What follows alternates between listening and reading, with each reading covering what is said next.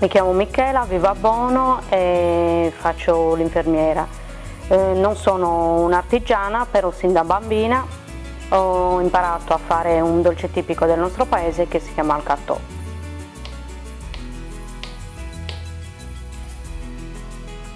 La tradizione del cattò viene tramandata di generazione in generazione nella nostra famiglia. Mia bisnonna l'ha insegnato a mia zia e mia zia l'ha insegnato a me. Per prima cosa dobbiamo tagliare le mandorle, che prima venivano tagliate in casa, mentre oggi noi riusciamo a comprarle già pronte. La preparazione del dolce viene fatta iniziando a sciogliere dello zucchero. Una volta che lo zucchero è sciolto vengono aggiunte una scorza d'arancio macinata e poi vengono aggiunte le mandorle.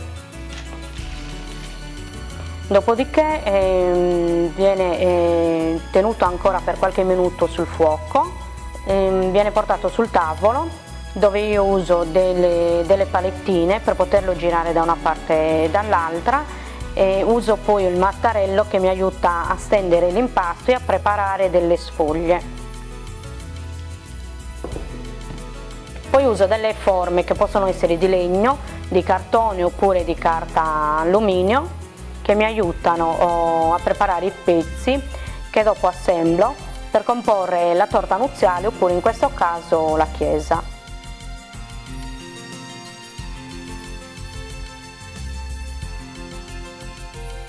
Questo non è un dolce che può essere fatto da soli, in quanto bisogna sciogliere lo zucchero. Una persona quindi deve stare davanti ai fornelli per sciogliere lo zucchero e aggiungere le mandorle, che non devono essere tostate ma devono essere tenute al punto giusto per poterlo lavorare, e a seconda delle forme bisogna prepararlo a piccole dosi.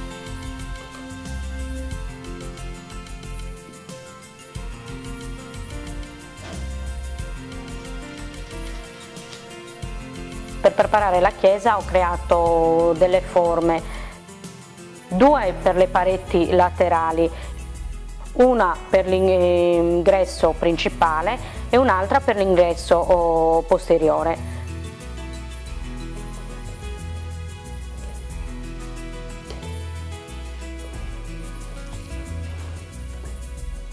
Poi sono stati preparati degli archi da mettere ai lati della chiesa, in più 6 pareti per poter formare una torre. Ho preparato anche dei triangoli per formare così il tetto della torre, degli altri pezzi per poter formare il tetto della chiesa.